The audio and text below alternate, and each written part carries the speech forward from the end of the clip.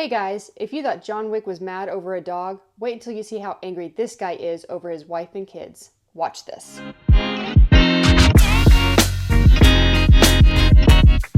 Hey guys, today we saw Sisu, Road to Revenge. After he returns in 1946 to Soviet-occupied Karelia, where his family was brutally murdered during World War II, Aatami Korpi, the man who refuses to die, dismantles his old family house, loads it on a truck, and is determined to rebuild it somewhere safe in their honor. When the Red Army discovers his arrival on their soil, Igor Dragunov, the man who killed his family, comes back determined to finish the job, kill the legendary ex-soldier by any means necessary. It releases November 21st, 2025, and is written and directed by Jalmari Helander. That's Finnish, so I hope I got it correct. It stars Jorma Tammila, which is also Finnish, so I probably jacked that up, Stephen Lang, and Richard Brake. Stephen Lang has been in several movies, but he's known for playing Colonel Quaritch in Avatar.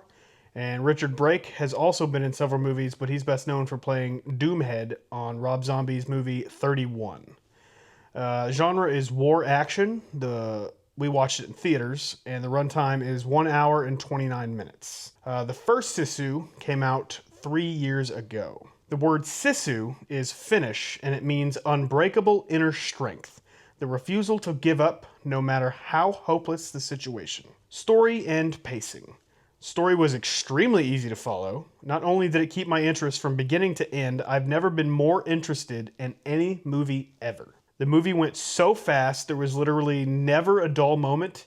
It was less than 90 minutes and it used every single minute. I mean, if you literally looked away for like a second, you'll miss something. It did. I looked down to take a note and I looked up and there was a dude's head rolling. And I was like, what happened? And she's like, there was a grenade. And I was just like, what?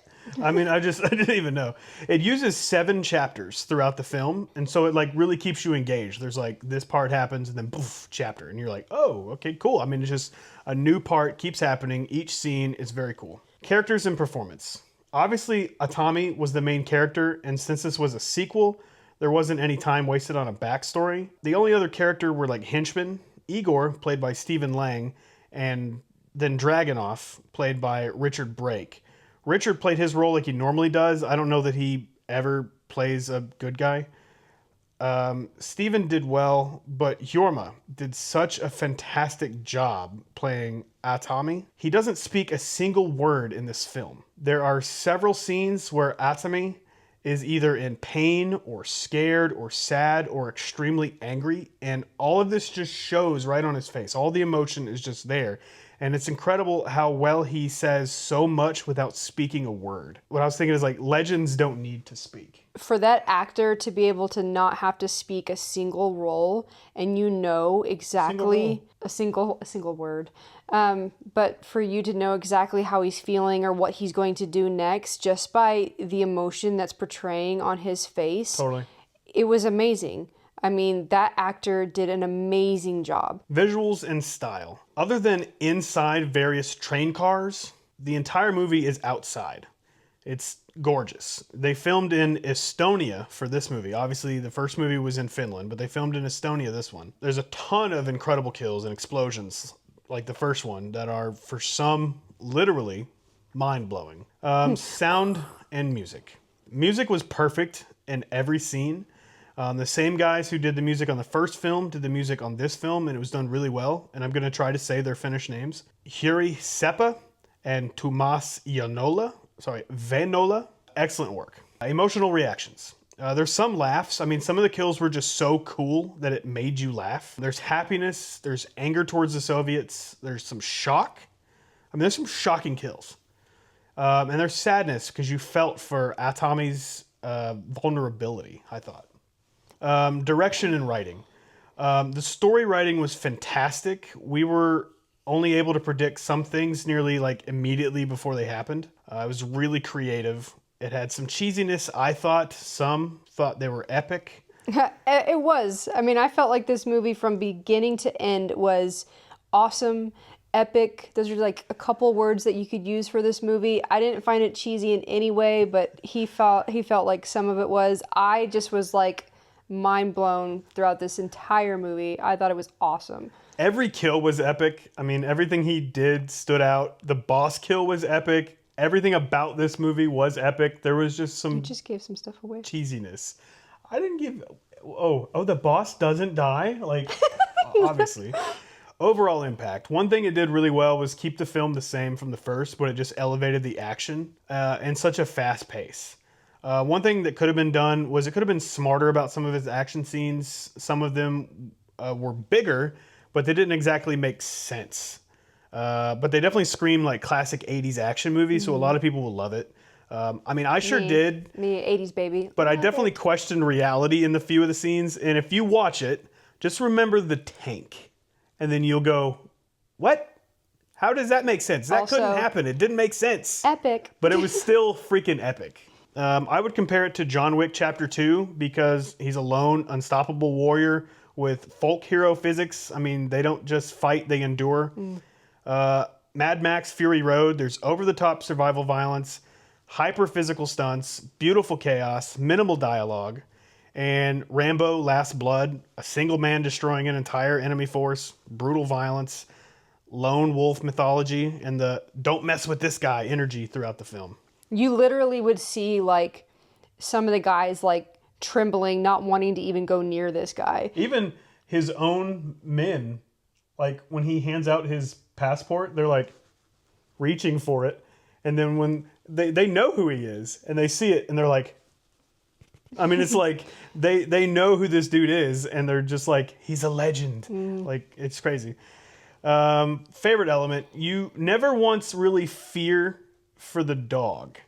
I love that they never really made you go, is the dog going to get hurt? Is he going to make it? Is he going to die? He was fine. Nobody has to riot. Because you knew that he was like protected because the guy was like, no matter what, because he lost. I mean, you know, if you've seen the first one, he lost his family. He's going to protect his dog at all costs. Right. Well, John Wick didn't. Yeah, which that's what set John Wick off. But unfortunately, his family is what set this guy off. So no matter what, this dog is going to be protected at all costs. My least favorite element was the tank scene. When you watch it, you'll understand. I mean, it was epic and entertaining, but ridiculous. I didn't think it was ridiculous. I thought it was freaking awesome. Optional. The budget was $12.2 million, which is insane given how much action is in this film. I mean, they had airplanes, they had tanks, they had lots of explosions. The only thing I can think of is maybe because the stuff was so unbelievably old, they could get it at a decent price. Like, did that not cost more? I don't know. And they had two decent actors. I mean, yeah. Well, I would think the main actor's also a really decent guy, so I would think there'd be three. I think he's big in Finland. Yeah, so and like he said, they shot it in a gorgeous area. Yeah. So that also had to be, I would think, a decent price as well. Right. And I read that they had some stipends from other locations as well, so they did get extra money. Oh, there you go. There you go. All right, off to our recommendation. As you know, you see it. You see it in theaters. You rent it when it becomes available, or you see it on one of your streaming platforms when that comes out. This is a independent film, and it is unbelievably epic. Yep. So we are going to recommend that you see it in theaters. So that is our recommendation. Absolutely. We are going to, from now on, ask a question. We're going to try to ask a question at the end of our video. So the question for today to leave in our comments to answer is, what is your favorite scene from the very first Sisu movie? Sisu I don't even know. Movie. And he's going to answer what our favorite scene is from the original. So in the first one, when he digs that mine out of the ground and then he throws it at the Nazi soldier and then the dude catches it and just gets obliterated, that's epic. Yeah, pretty epic. So anyways, thank you so much for joining us on our awesome couch. And don't forget, you matter to us. That guy right there, not him, but you, yes. And we will see you guys again very, very soon. Wait, did I point at myself, I wonder? Thank you, guys. Bye, guys. Like, comment, subscribe. Definitely comment. Bye. Why are you still here? Oh my gosh. Bye.